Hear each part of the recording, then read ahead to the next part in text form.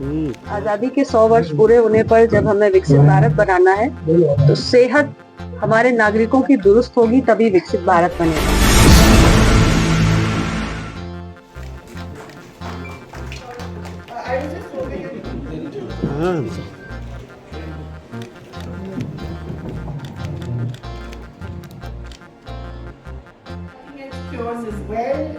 मुझे लगता है कि सेहत का सवाल इस देश के लिए बेहद जरूरी है और मैं कहूँ कि सबसे ज्यादा जरूरी है, क्योंकि आजादी के 100 वर्ष पूरे होने पर जब हमें विकसित भारत बनाना है, तो सेहत हमारे नागरिकों की दुरुस्त होगी तभी विकसित भारत बनेगा।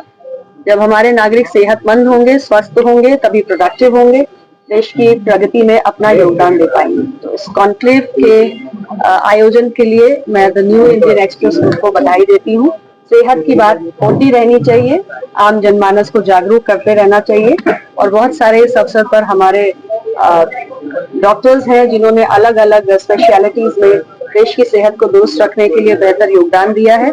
उनको आज इस मंच से सम्मानित किया गया और उनके योगदान की भी जरूरत है। ये जो विकसित भारत का, स्वस्थ भारत का हमारा सपना है, उसको पूरा करने के लिए उन सबको मैं बधाई भी देती हूँ और वो निरंतर देश की स्वास्थ्य सेवा को सुदृढ़ करते रहे, इसके लिए मैं उनसे अपील भी करती हूँ। हम सबका काम है, मीडिया का सबसे बड़ा काम है, हम लोगों का काम है और हमारी कंपनी भी यही करी कि हम जो भी समस्या होती है वो क्यों होती है, कैसे होती है, उससे कैसे बचा जा सकता है, इन सब विषयों पर न्यूज़पेपर में, मीडिया में बात करते हैं और बड़े बड़े डॉक्टर की कोशिश करते हैं कि लोग आके लोगों को बताएं, क्योंकि हमें थोड़े सालों में ये ट्रीटमेंट से प्रिवेंशन की तरफ शिफ्ट करना है।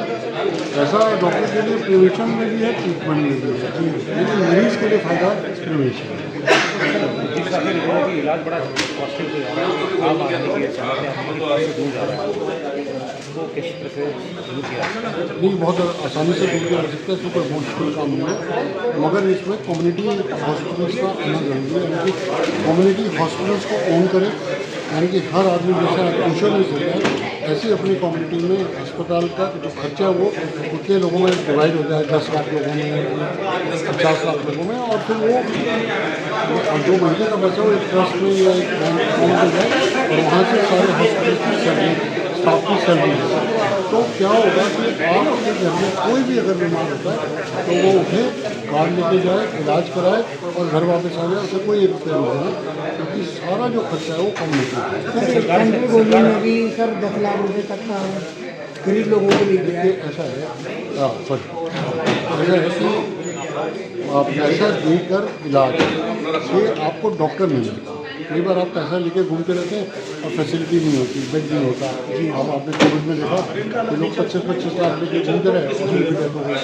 तो जब तक आप कम्युनिटी में हॉस्पिटल क्रिएट नहीं करें, कम्युनिटी हॉस्पिटल का मतलब अगर आपको समझाऊँ तो जिस कम्युनिटी में आप रहते हो वहाँ एक मदर डेयरी होगी, जी है ना, वो मदर डेयरी वहाँ के रहने वाले सब लोगों की ज़रूरतें पूरी करती है। ऐसे ही हॉस्पिटल जो कम्युनिटी के साथ रहेगा वो कम्युनिटी की सारी ज़रूरतें पूरी करेगा। सर, डॉक्टरों की क्या मजबूरी है कि जिस तरीके से लोग डॉक्टरों पे लोग बोल देते हैं कि उन्होंने किया, और नर्सिंग होम या कोई हॉस्पिटल मतलब जो है कि जेब की तरफ देख रही है, रोग की तरफ कम देखती है, उसमें डॉक्टरों का ही दोष आता है। देखिए, ऐसा है कि जब तक आप इसको जैसे वेस्टर्न वर्ल्ड में देखें तो वहाँ पे आप अपना कार्ड ले जाओ और आपका इलाज हो जाता है, तो बहुत ज़्यादा परेशानी नहीं होती पैसे को। जब तक आप ऐसा सिस्टम नहीं बनाओगे तब तक कहाँ लीकेज है, कहाँ ठीक चल रहा है, From 2011 to 17 from my own and recently awarded IFL Fellowship. He contributed to KDIGO, ASF, ACT and WHO conferences. Thank you so much, sir. Neurology and internal medicine. Dr. Anshu Rohatagi completed Asian system. His mission involves integrating research and innovation in neurology from GD Pant, New Delhi 2012, Doctor of Neuro and Spine. Chief Clinic Strategy, Group Balancing Motherhood with 2 young children and a limited resource. PAVI, Litter Click and struggling of treating all sorts of cancers. He's senior consultant at Sir S.N. Bihari College.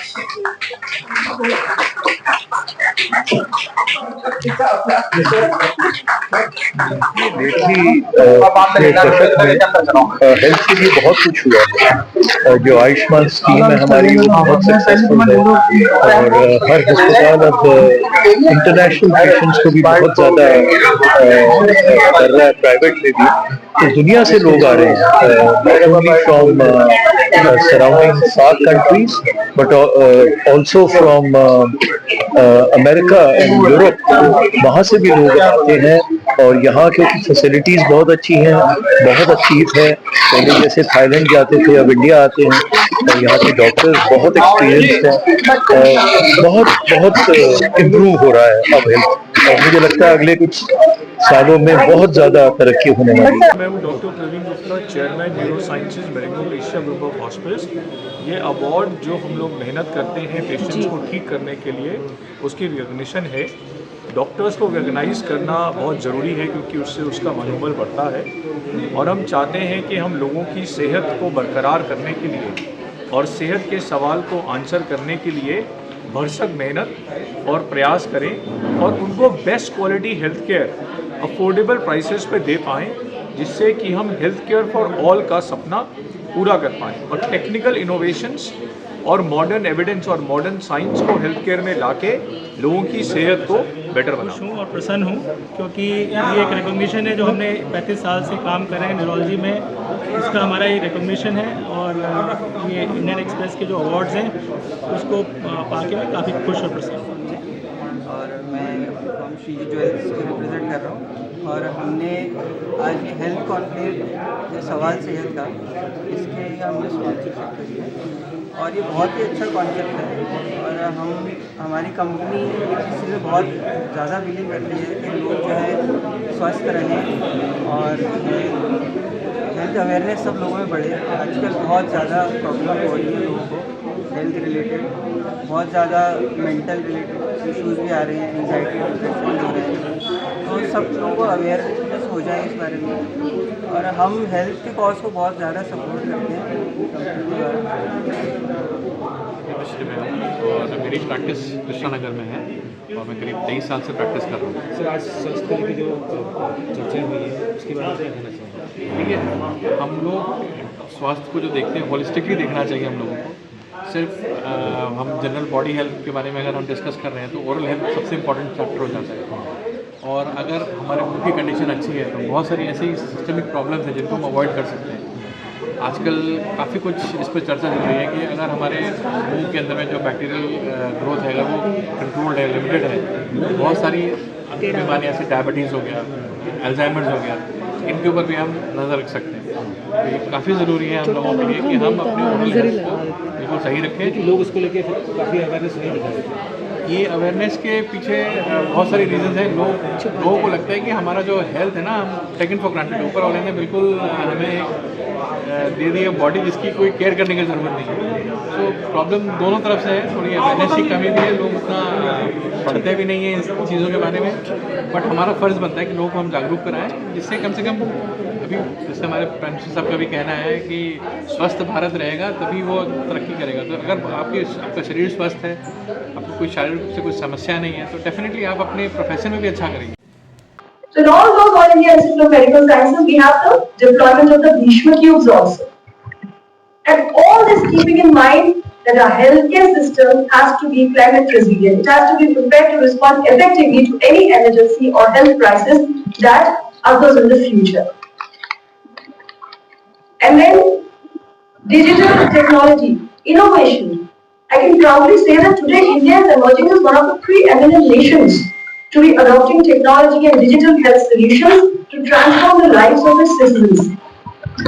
And there are so many initiatives. The biggest one is the Ayushman Bharat Digital Health Mission. So ABDM is like, now we are trying to create a digital health ecosystem. So every citizen in this country is going to have a unique Aadhaar ID. 54 crores Aadhaar unique IDs have been created.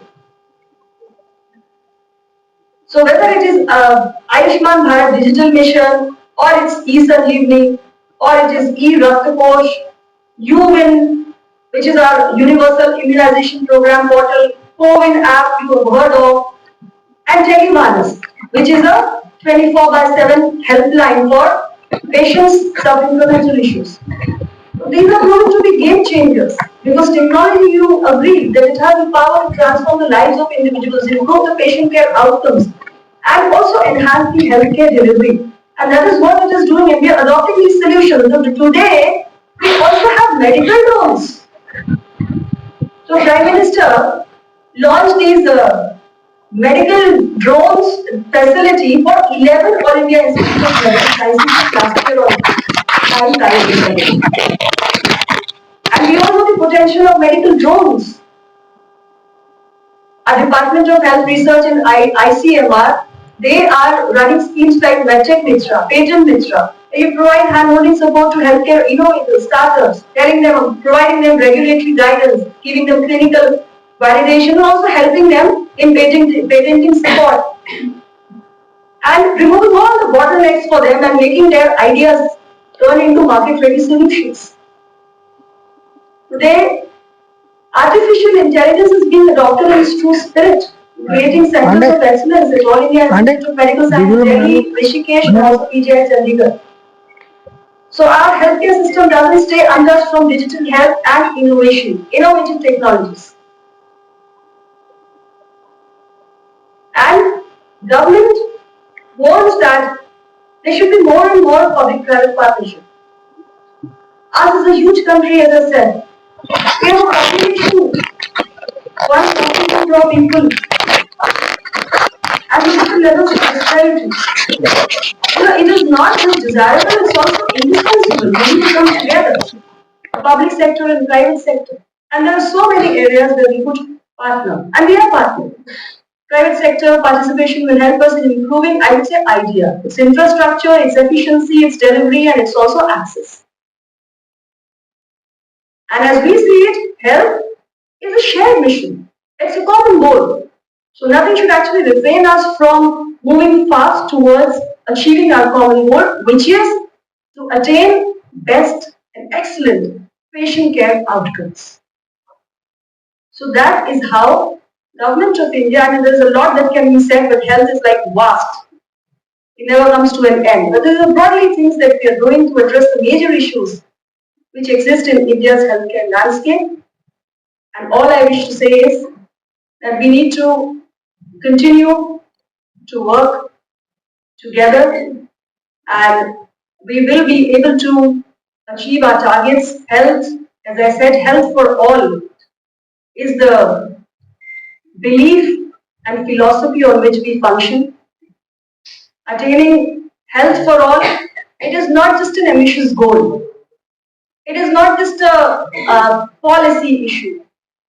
It is a moral commitment of the NDA government led by Prime Minister Narendra Modi. Every life matters to us. So let us continue to work together because we believe only a healthier India can be a developed India. And with this, I thank Prabhu Chawla ji once again, his entire team, Nivedian Express Group, for having me here, and thank you all for your patience. Thank you very much. Jai Hind.